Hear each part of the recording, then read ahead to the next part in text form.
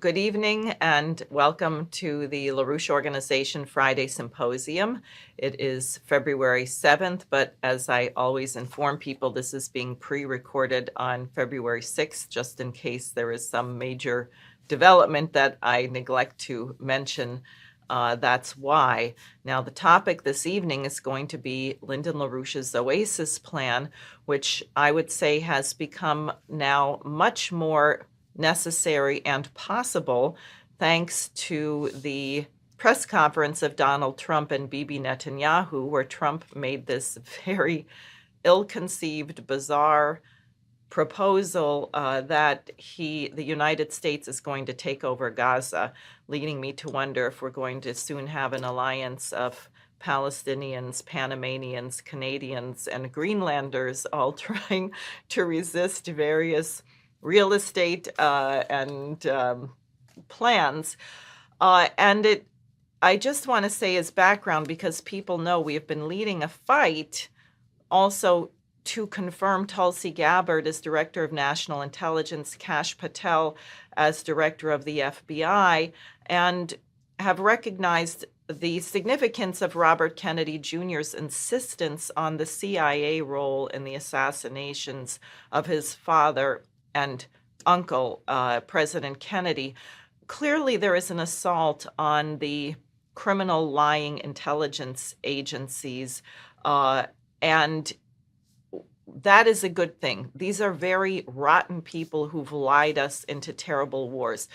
We have a huge revolutionary shift going on in the United States and Western Europe in rejection of a policy of nuclear war with Russia. And frankly, the US election was very much affected by the opposition to the genocide in Gaza. That's why no one wanted to vote for Kamala Harris and Genocide Joe, as he has become known.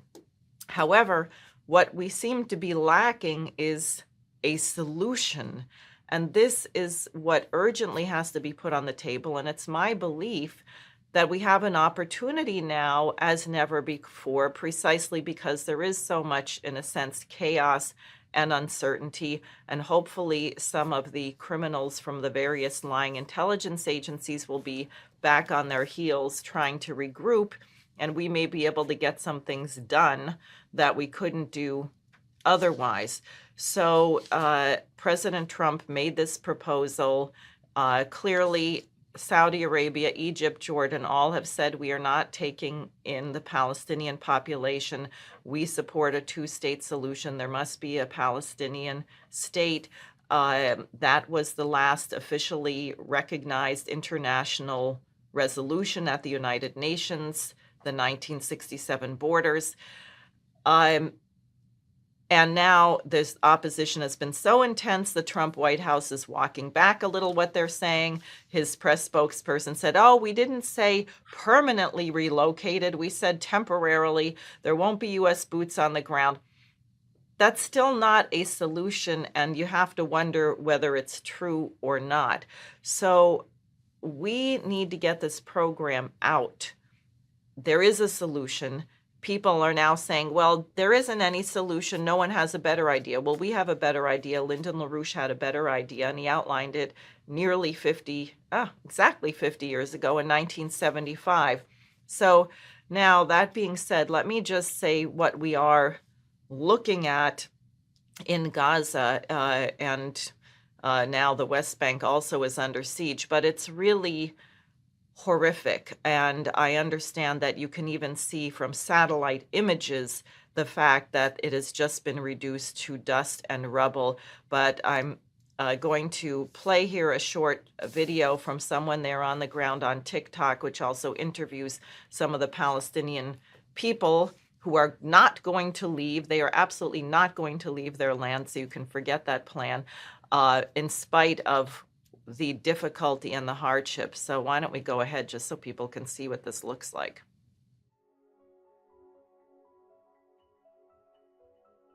دمار هائل يابا، ده دمار هائل. انظر هذا، إذا من يقف هنا وينظر حولنا يقول إنه هذا ليس هذا زلزال مدمر.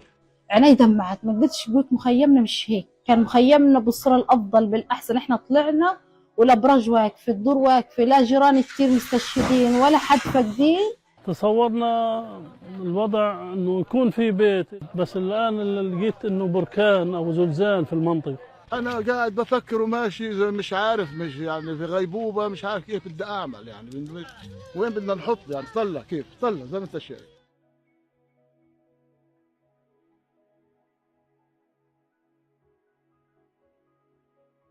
هنا الشارع كله، هذا كله قبور، الناس بتيجي بتيأس وبتروح. أنا أولادي لحتى الآن تحت الرضم، يعني أنا حاولت إنه أنا أطلعهم وإنه أنا أعمل، وجاني الدفاع المدني حاول، فإنه من صعوبة الدمار. جاي بدور على قبر أمي وأخوي، دفناهم في الاجتياح اللي فات.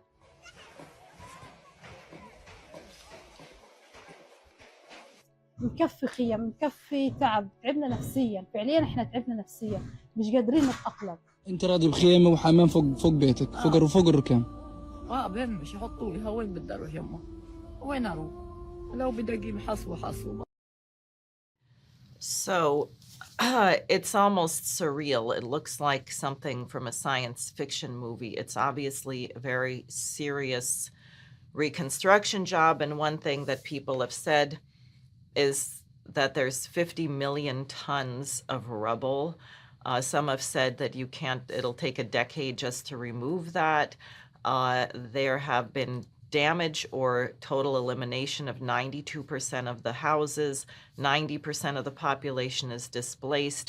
Over half of the hospitals have been destroyed.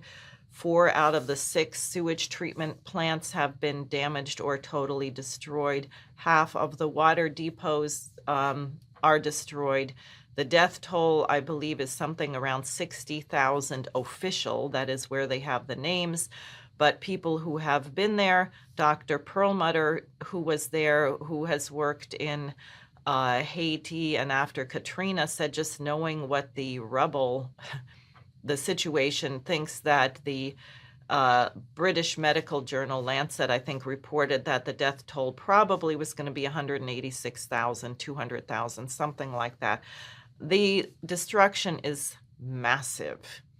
Now, I'll leave it because one of my guests is going to say more. There's one major country in the world that has an excellent record at building things very quickly and very well, but we will hear from him on that. I'm going to go now to Jason Ross of the LaRouche science team and on the board with me of the LaRouche organization, and who produced a wonderful video on the Oasis plan, and he's going to tell us what LaRouche's proposal was, and is. Thanks, Diane. Thank you. Well, the first thing I want to say is that one of the accurate statements that Trump has made recently was that if the United States and China were to work together, what couldn't they accomplish? And this plan I'm about to discuss is something that could only occur in this world, I believe, through the cooperation between those two countries. So let's take a look at what this Oasis plan is here. Let me hit share screen. Bring on it.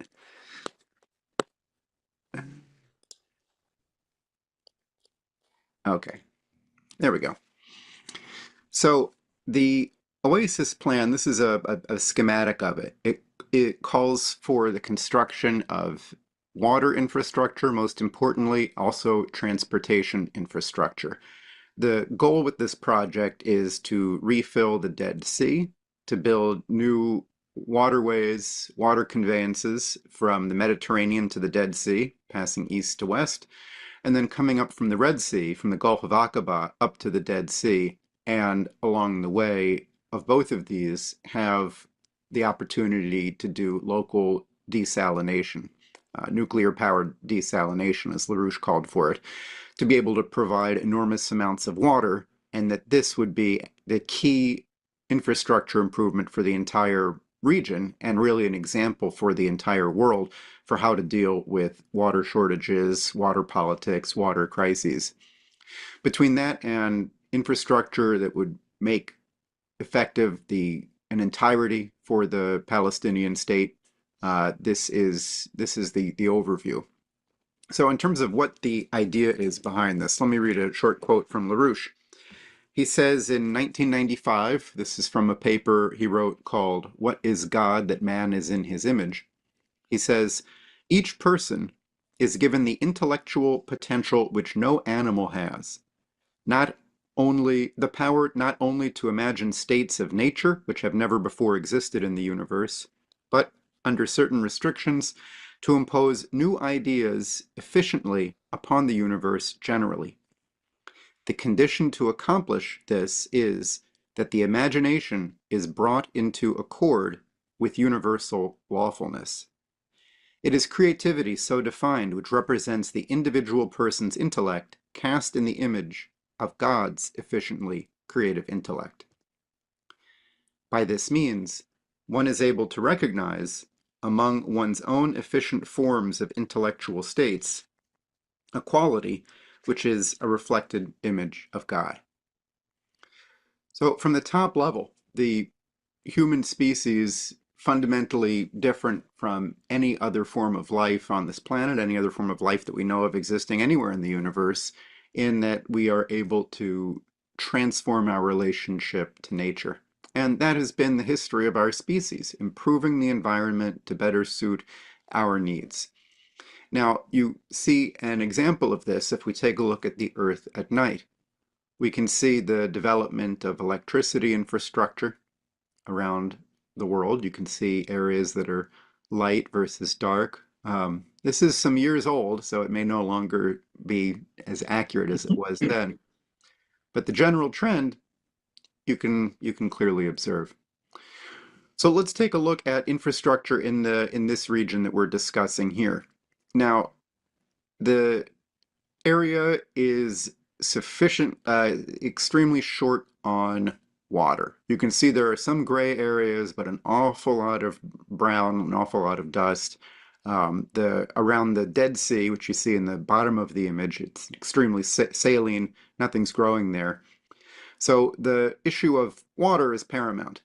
Now, the average water use per person in the area, this is before the recent destruction, was that Israelis, including those living in West Bank settlements, use 247 liters a day, whereas West Bank Palestinians were only using 82.4, and those West Bank Palestinians not connected to the water grid were only using 26 liters of water per person per day.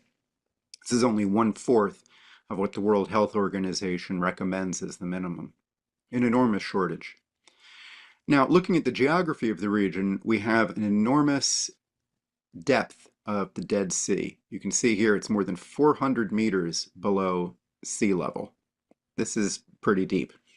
What it means is that water would like to flow from the Mediterranean, from the Red Sea, into the Dead Sea, and the Oasis plan uses this to its advantage. This is a map on the left of rainfall in the area. This is, I don't intend the political borders on this map are not a statement. This is just the data that I had available. You can see the huge shortage of water. So the way Israel has dealt with this is been building a national water carrier, taking the water mostly from the Sea of Galilee up in the north, and this is part of the conflict with Syria historically over the Golan Heights, has also been to protect the water sources to ensure that Israel would be able to continue drawing the amount of water that it's drawing from that lake. You can see these water carriers do not include the Palestinian areas. Israel's also been developing a great deal of desalination for infrastructure along the Mediterranean coast. And as this image shows on the right, in 2020, inside Israel, water use was 24% desalinated, so taken from the ocean, 23% treated wastewater, and 53% new withdrawals of surface or groundwater. So the ability to desalinate is only beginning, and overall it can be much greater. Now, this is a specific image going along from the Gulf of Aqaba in the south up to the Dead Sea in the north and Amman, Jordan, in the very north of this image. This calls for bringing seawater north along along the existing, trickle of a river there, and along the way building desalination plants, pumping stations, also hydropower, to be able to provide water as far up as Amman, which itself is also extremely water short. So to wrap it up as a brief introduction to this, we can see the region as part of a global context, or at least a regional context in this image.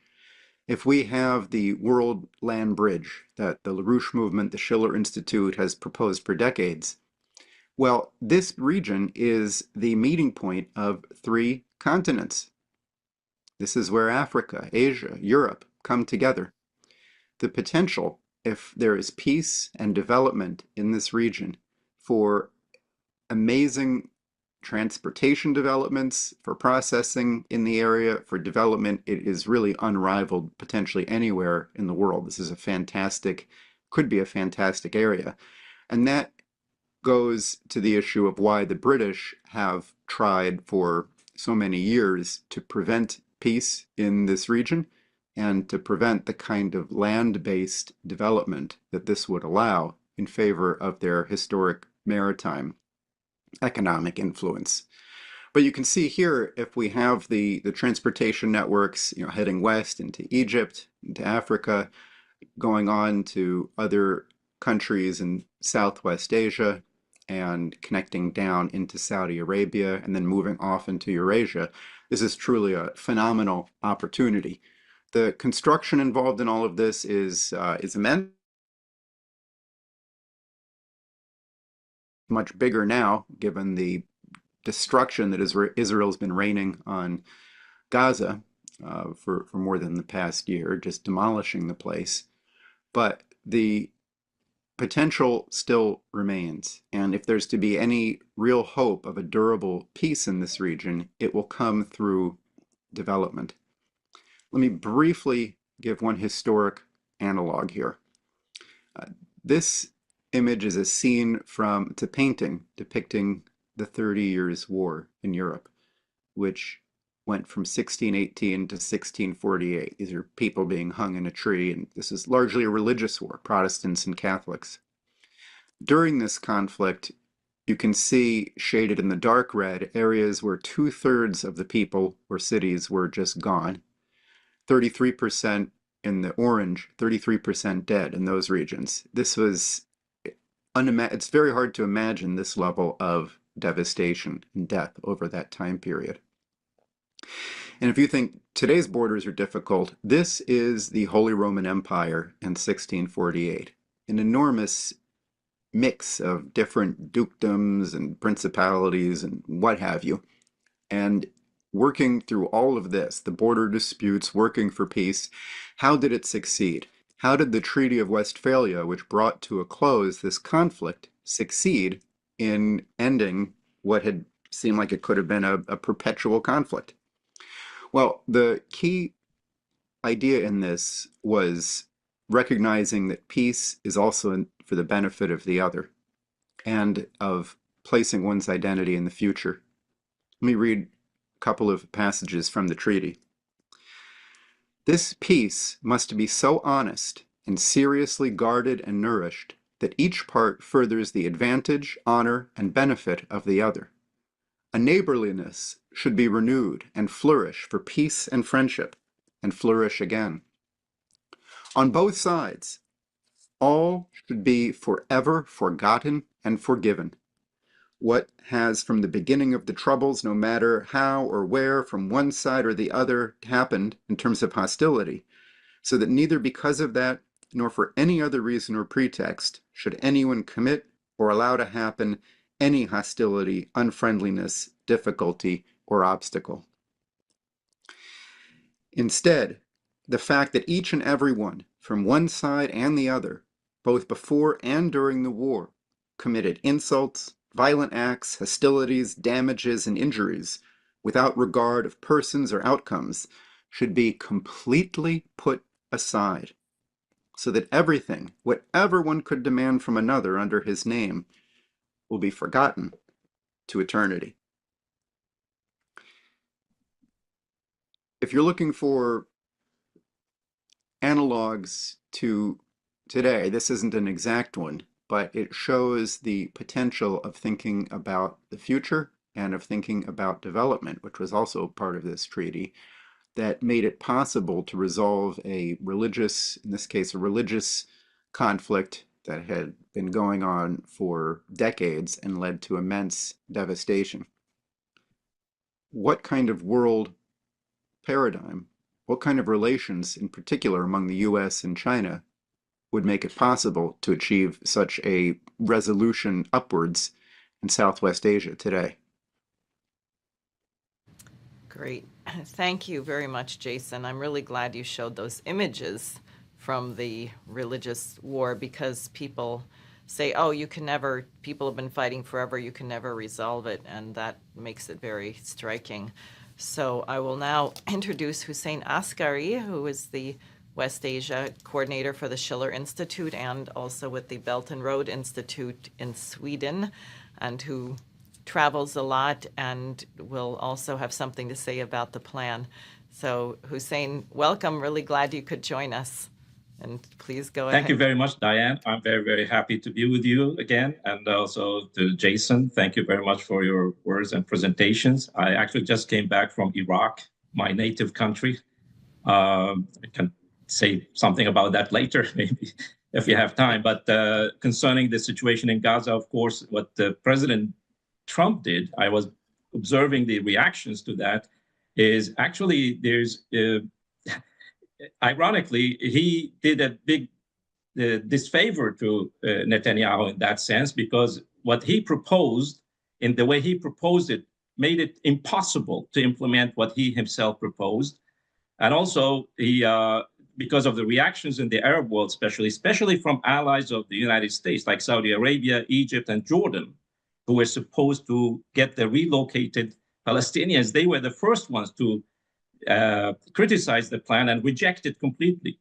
So there is now, we can either take what Trump says seriously and forget about all hope, or we should not take him seriously. He is either very, very, very smart or very, very, very stupid for proposing such a thing. And I don't think it's, we should not take what he said now seriously.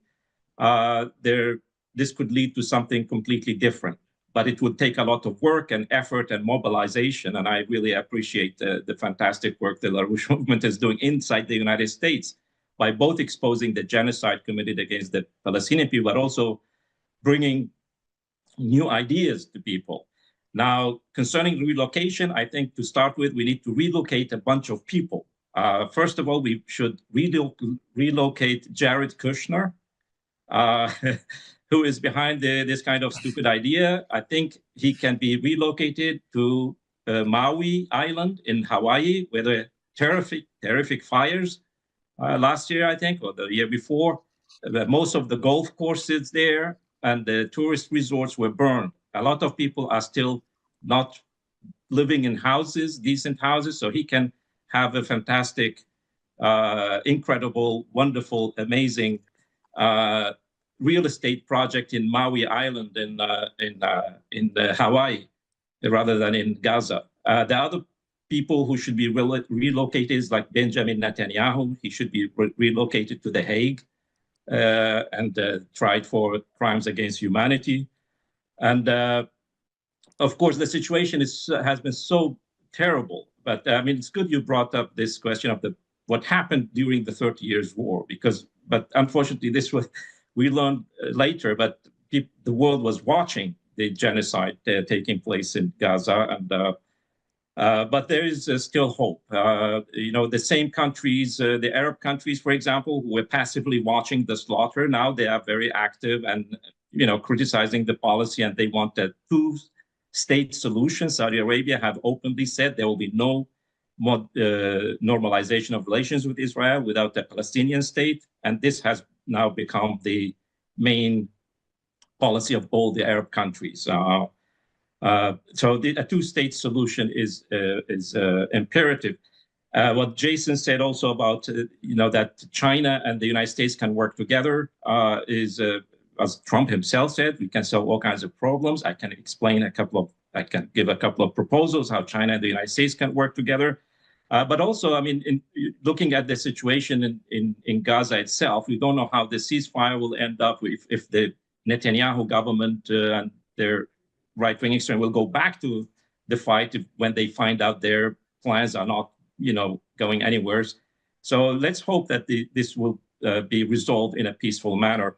Remember that in July, actually last year in Beijing, Hamas accepted actually to concede control of Gaza to the PLO, Palestinian Liberation Organization. The Chinese managed to bring all the 14 different Palestinian factions, and they issued the Beijing Declaration. The most important part of it was that Hamas was ready to give up control over Gaza to the Palestinian Liberation Organization and the Palestinian Authority and start ceasefire negotiations. And unfortunately, the criminal people in the Biden administration and, of course, the Israeli government, they rejected that. But furthermore, they went and assassinated the head of Hamas, Ismail Haniyeh, in Tehran, another provocation, to sabotage the whole process of, handing over the control of Gaza to the PLO and getting Egypt, Saudi Arabia, and other countries involved in stabilizing the situation. So the whole thing was sabotaged and delayed. Anyway, concerning the situation in Gaza itself, with all the rubble and stuff, I can mention also one other important example, which also might involve Russia in this situation, because after the Second Chechen War, Grozny, if you see pictures of Grozny, the capital of Chechnya, it was also turned into rubble mostly. But you look at Grozny now, it's one of the very modern, beautiful city built back to even much better than it was before. So it would be interesting to look at that example. Now, there were many things which Lyndon LaRouche criticized in the I'd like to share first which Lyndon LaRouche rightly criticized in the Oslo Agreement in 1993, which neglected the economic aspect of the development of the lives of the Palestinian people and all the different kinds of economic development projects which Jason went through, that this was completely neglected. But unfortunately, also there are people in Israel who were not really had any intention to let a Palestinian state and let the peace process go forward. You remember 1995, Yitzhak Rabin, who believed in peace and coexistence with the Palestinians, he was assassinated and things went downhill since then. But LaRouche insisted that this is the key to the whole thing. But if we have to look at the big picture, and the reason why we have this tension in the world, as has been argued very often, is that the problem is that the Western financial or transatlantic financial economic system is collapsing, and that there is a rising new paradigm in the world which will deprive the people in power in London and in Washington and New York of their hegemony over the world, which has continued for now a few centuries. And therefore, their only solution they see is continued war. On the other side, we have this other ideas that we can have actually peace through economic development. And this is the image which the LaRouche movement started with, of connecting all the world's nations through economic development corridors. Now, this is also incorporated in the Belt and Road Initiative proposed by China in 2013, and it's advancing actually large parts of the world, but unfortunately not all over the world. So if we look at another issue which is critical is along the new Silk Road, you also have the major challenge of desertifications. We have the largest deserts are located in the area between northern China and the Atlantic Ocean in Morocco and Mauritania. So this is an issue which has to be dealt with if we were going to succeed in, bringing economic development and prosperity, but also more importantly, peace to the region. I visited China. I wanted to give this example from China because China is the world leader now in fighting desertification and greening the deserts, but also in developing new technologies for agriculture in desert areas where you have very little water. The other nation, of course, which is leader in the world is Israel itself, who have developed, technologies to for agriculture in desert areas with scarcity of water, but also high temperatures. Now here we see the Taklamakan Desert. This is the second largest desert in the world, or shifting sand desert in the world. It's part of the Xinjiang Uyghur Autonomous Region. I was there last year for like around 2 weeks, traveling around the area. And if you just pay attention to the area at the edge of the desert where I have the arrow, it's called Korla. There's a city there too. Now, China actually recently managed to encircle this whole desert, which is, as big as, major portion of Western Europe, with green belts to stop the expansion of the desert itself. But in this area, it's mind you that the amount of precipitation, the rain and snow that falls in this region is equal to what falls in Saudi Arabia itself, 150 millimeters per year. But they're also blessed by mountains in the neighboring countries which bring water to the rivers. So in this middle of this desert, you have some of the most advanced agricultural lands, ironically. So I visited this cotton farm in Korla on the edge of the desert, and it's ironically also what's called the Oasis future farm. From south of the city of Korla in Xinjiang, which is just a few, not so big distance to the second largest desert in the world, which is the Taklamakan Desert.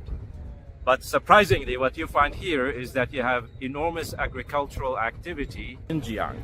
And it's very interesting that the use of new technologies, machines, robots is revolutionizing the agricultural process using drones, using modern sensors of the soil temperature, soil humidity.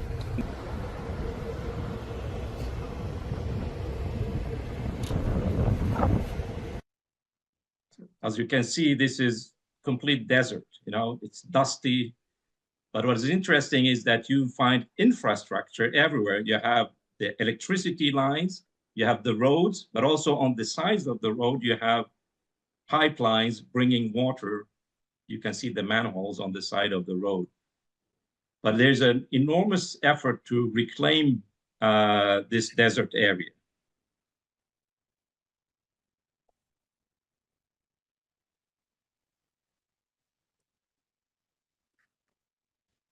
And one interesting principle they have is that the farmers who can reclaim the land, they can own it as long as they grow the land. But they will also be provided with all kinds of, machinery, technology, seeds, and loans to plant. Hussein, were you on a train or in a helicopter or something? How did you... I was on a bus. A bus? Yeah. But it was a high. See, they are covering the soil with plastic sheets to prevent evaporation of the water. And then they use drip irrigation, new technologies. So this is very important for the, in West Asia. It's not oil, it's water, which is the most precious commodity that people need.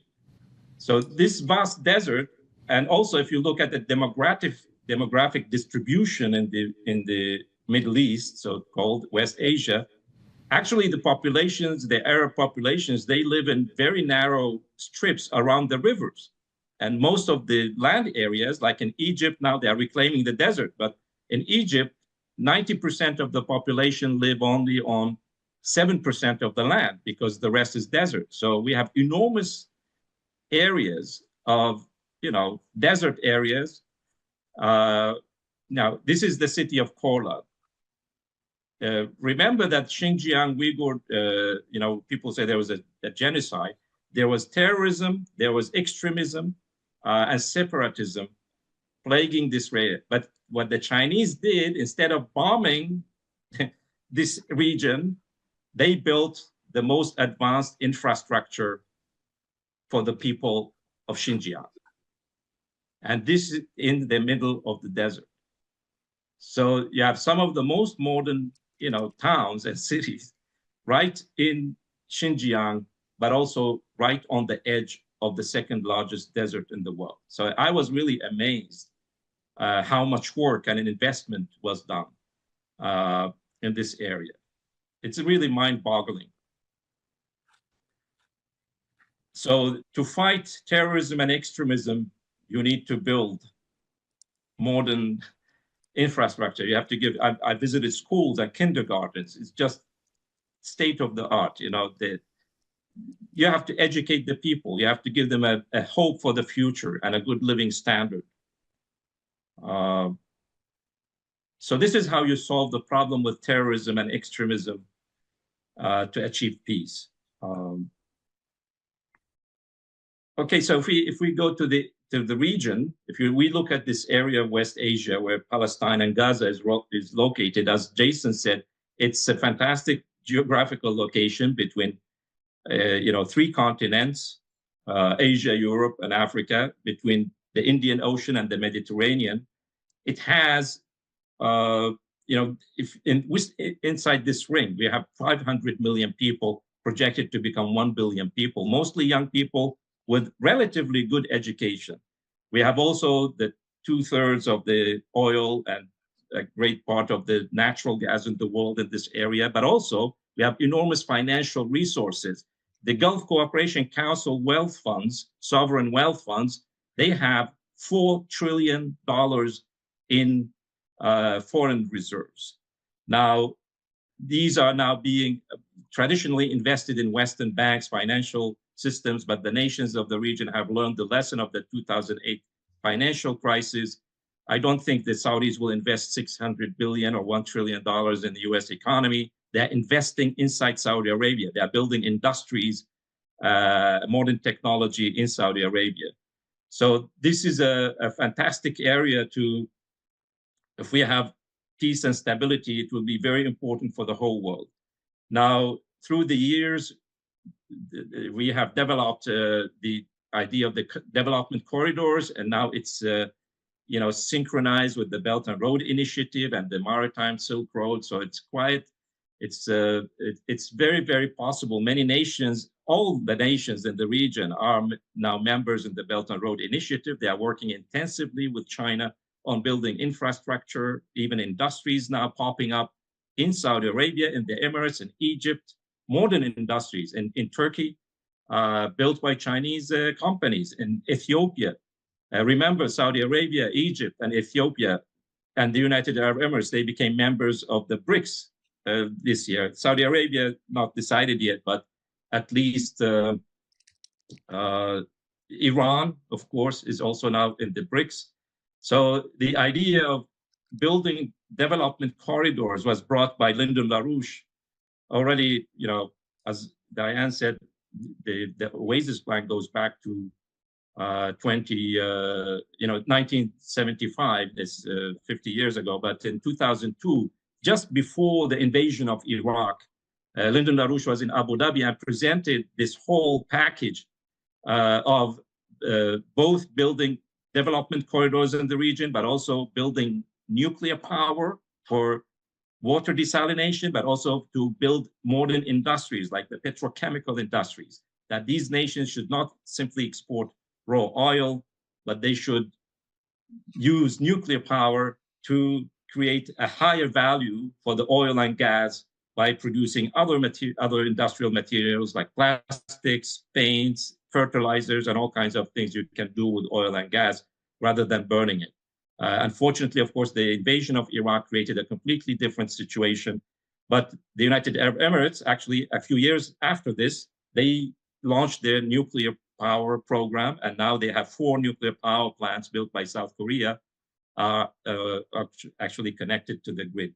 So then finally we go to this, to the Oasis plan, which Jason have so fantastically explained, and this is the basis for, for peace. You cannot have peace without economic development, without giving people a decent living standard and hope for the future. Now, I would like to actually give some sort of an ironical proposal here. When I was in Xinjiang, in Urumqi, the capital of Xinjiang province, I actually asked them if there was a subway system, and I visited their subway system. It was completed in 2019, and it's fantastic, state-of-the-art modern subway system. I have video clips from there. I don't have time to show it now, but what was really fascinating for me is that I looked at the map of, the subway system itself and Gaza. Gaza is 40 kilometers long and 12 kilometers wide at the widest area. 40 kilometers is what a marathon run is. So a marathon runner can, go from southern part of Gaza to the north in 4 hours. Now, I thought about this idea that the tunnel system in Gaza, which was used for the war, can actually be turned into a tool for peace and development and prosperity for the people in Gaza. By building a subway system similar to the one in Urumqi in Xinjiang province. The Xinjiang subway system is a one-line system. It starts in the south and ends at the international airport in the north. It's about 32 kilometers long. So it's 4 kilometers shorter than the length of Gaza. And I think the geology of the Gaza area is quite suitable for tunneling, given the geological structure, the limestone and the sandstone, which are easy to dig, but also they need a lot of support to build. I looked at a similar, exact same length project in Izmir in Turkey. Looks quite similar landscape. It was financed through a loan through the Asian Infrastructure Investment Bank. It involved Chinese companies too. So I think what we could do is that China built this subway system in Gaza as a gift from the Chinese people to the people in Gaza, and use the subway system not only for transport of individuals, but also as a development corridor where you can have electric lines, telecommunication lines, water service lines, but also transport lines for different kinds of enterprises and businesses. Gaza should have an international airport. It should have a port, but also we have to build industrial parks in Gaza. For example, for petrochemical industry, for textile industry, and all kinds of other industries. That's quite possible today. Gaza has a fantastic geographical location, and there's abundant natural gas actually nearby. So, but the United States can either finance this project, and also there is a role for the US Army to play here. Actually, can join hands with the people in Gaza, with China, with Russia and others, and clear the rubble. The US Army Corps of Engineers can be of help in this situation. So I present this as, it sounds a bit ironical that the Hamas dug tunnels can suddenly become a modern subway system.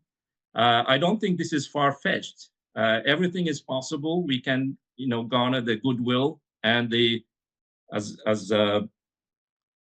Jason said at the beginning about what LaRouche said about our creativity and imagination are connected together, and also our goodwill to do the good for all people.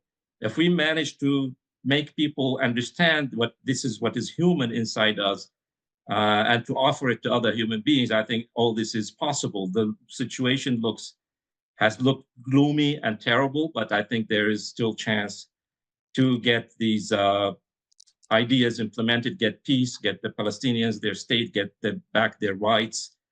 This is quite possible. It's good for the Palestinians, but it's also good for the Israelis themselves.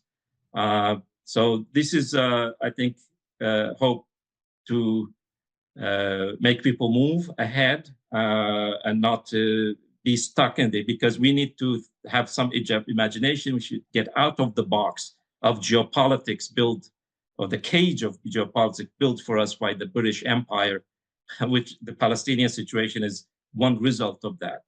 So we have to think outside the box. We have to do everything we can to get people to think. Thank you. Well, thank you very much. Let me just ask Jason, do you have any thoughts in response to what Hussein said, or in general otherwise?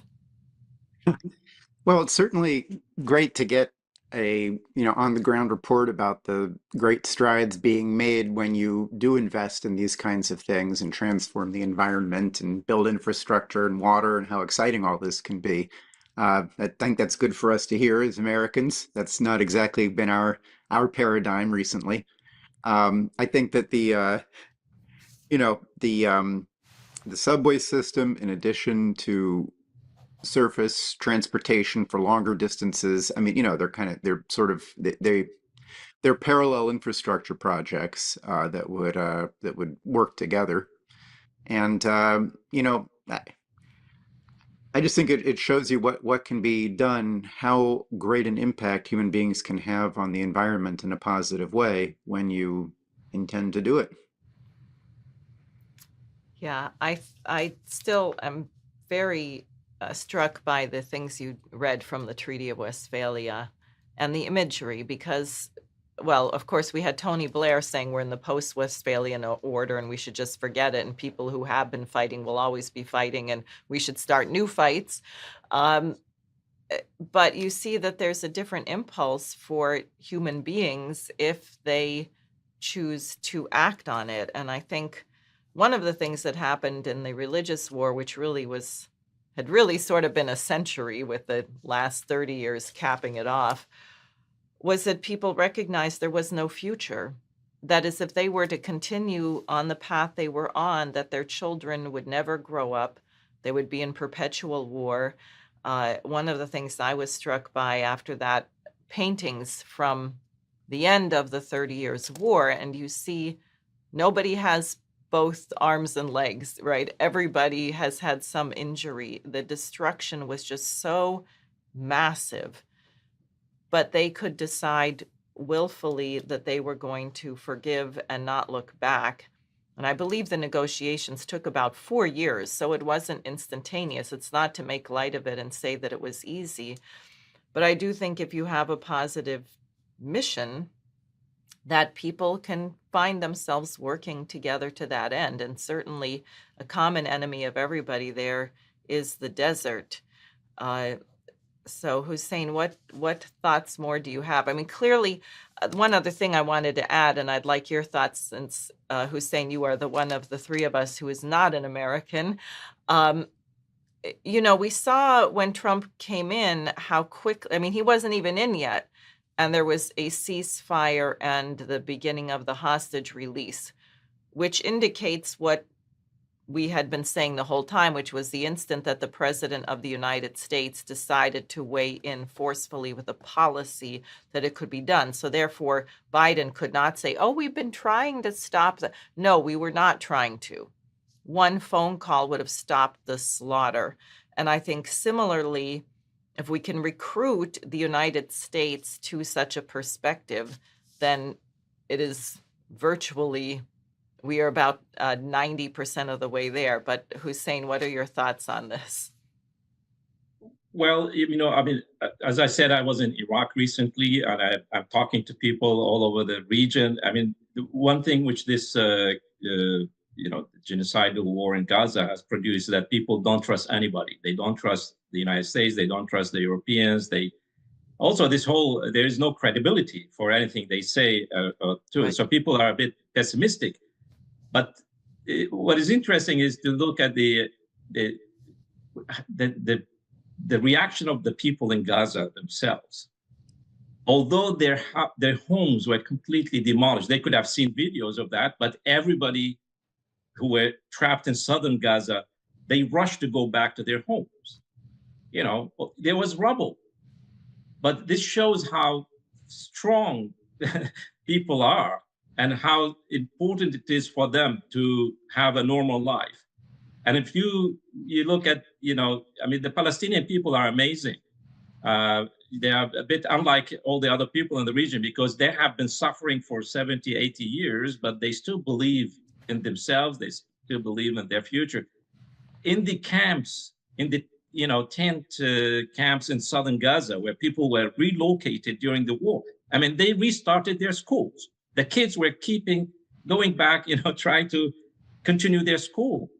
And, we have to learn something from the children of Gaza, that they have aspirations, they have dreams, and they will never give up. I mean, one thing that Trump is, this plan by Trump will not work. It's not because Egypt and Jordan will not accept the Palestinians. The Palestinians will refuse to move 1 inch. They would die rather than, accept to be removed from their land. It will not get worse than what has been. So this idea of, hope and optimism is really, really key to this whole situation, because many people lost faith in humanity in the past year and a half because nothing was being done to save the Palestinian people.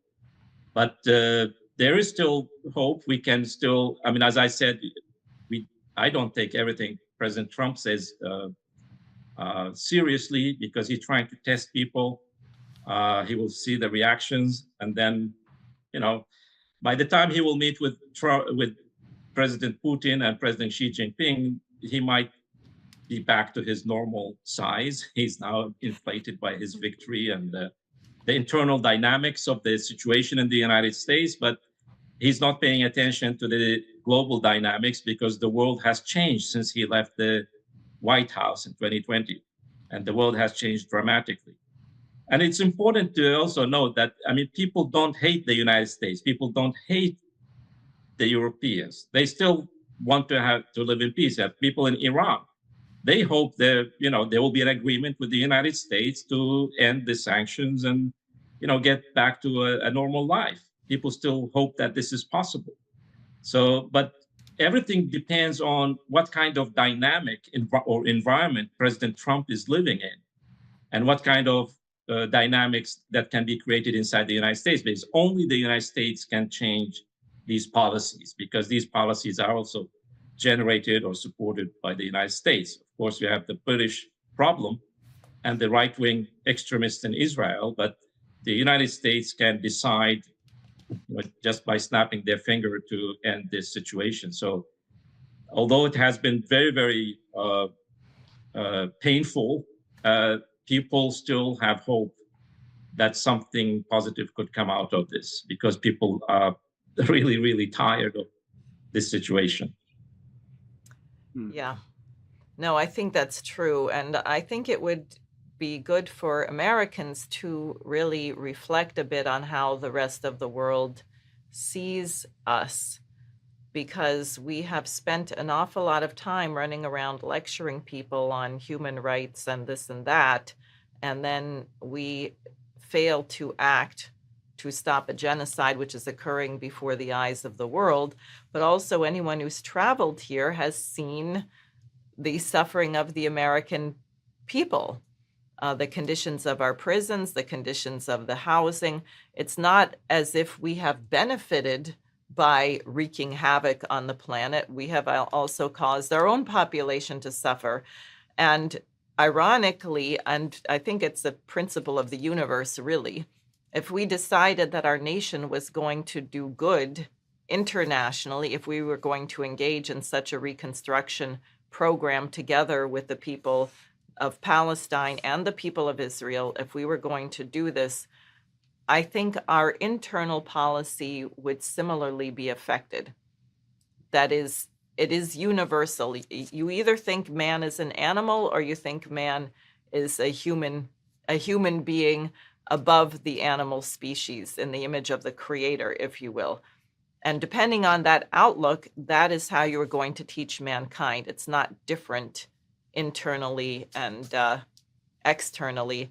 I also think Israel is going to find itself severely damaged by what they have done, not only their reputation in the world and how people look at them, but the young people. Myself, having combat veterans in my family, knowing that the United States has still 22 soldier suicides per day, the psychological damage that has been done to tens of thousands of young Israelis by forcing them to participate in war crimes is another aspect of this from which it's going to take the only healing is if you can do good, if you can put your existence into doing good.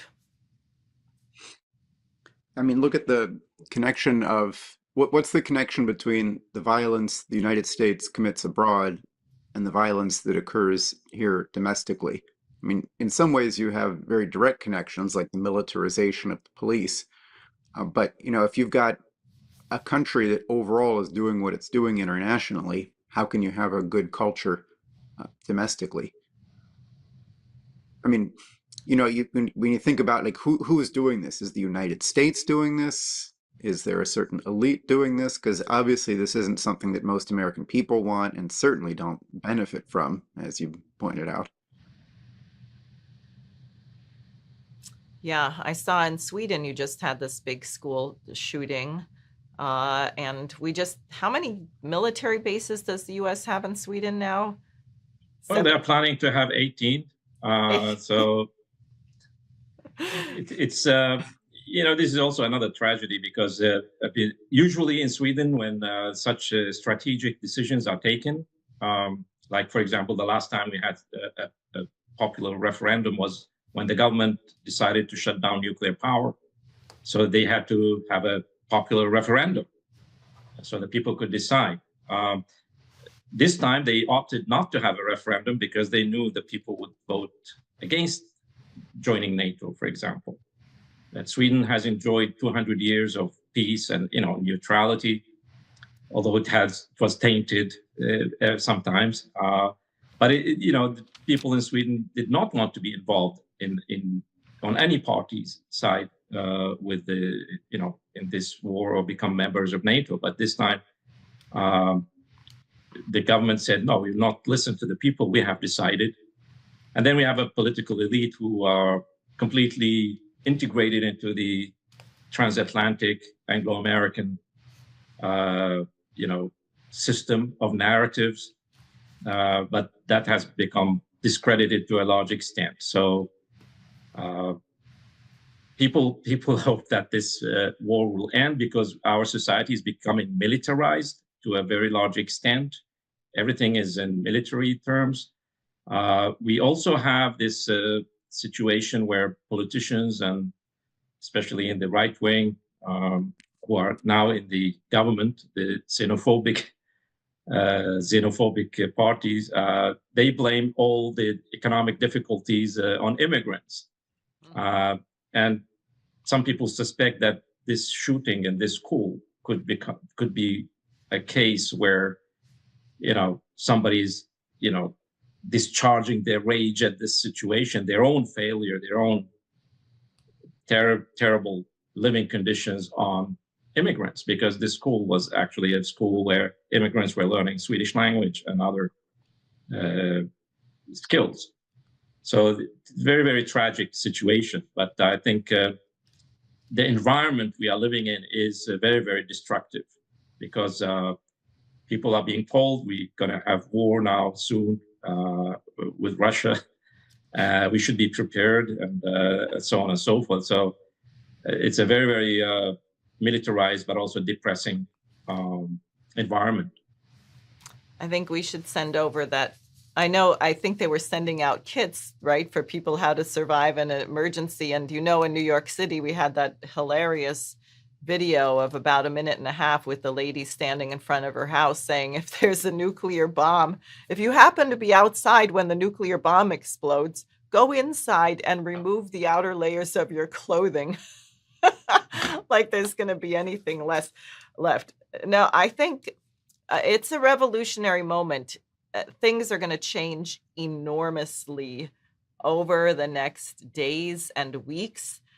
I do think the meetings with Xi Jinping and Putin are going to bring a new perspective to our new President Trump when he hears from them. And I think there's a lot of work. I just hope the people doing the work to set up these meetings are listening to what their counterparts are saying in these other countries. So he actually goes in there prepared with a realistic view of what they're going to say. But I am optimistic. I think people are resilient. We see, it's amazing to me, the resilience of the Palestinian people, the resilience of the Iraqi people with some of the videos you showed at previous conferences of Iraqi young people. You know, we could learn something from that here. So I think we have an enormous amount of work to do. We are coming to the end of our time. Is there anything that either of you wants to say in closing or that you wish you had mentioned and forgot to say?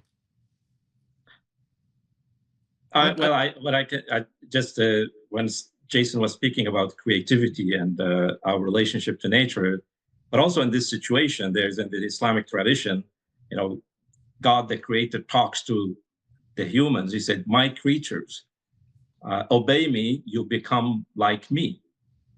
You say to something be, and it becomes.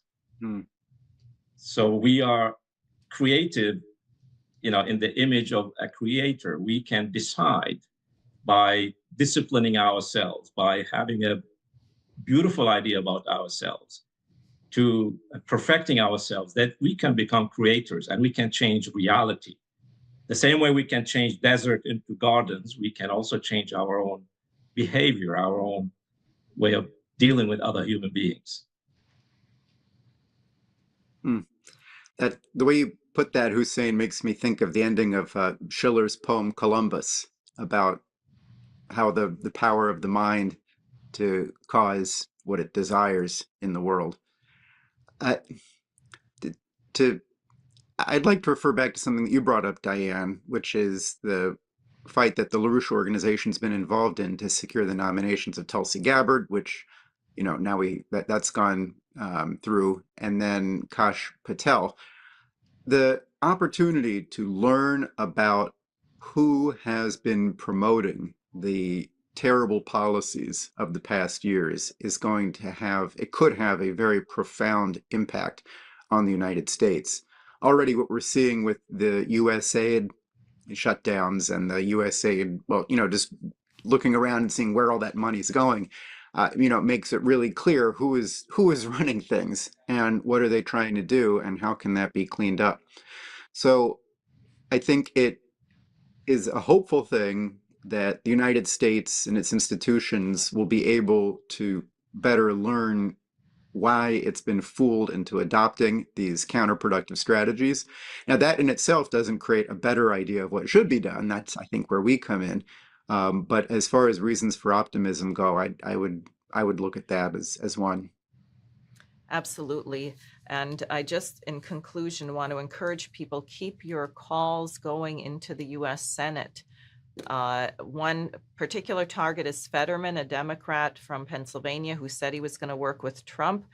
It's a very thin margin. Tulsi got voted through the committee. She still has to be approved by the whole Senate, and Kash Patel has not yet gotten out of committee. So continue those phone calls. We need to get this done. I agree with Jason, when the truth comes out about who was telling the lies and the nature of the lies, it may have a major effect on our foreign and domestic policies. In fact, it will definitely have a major impact, and it may cause some people to change their view on what they think about certain things, which also would be very, very good. So I'd like to thank both of you for being here. Thank people for watching. As always, please subscribe, like this video, and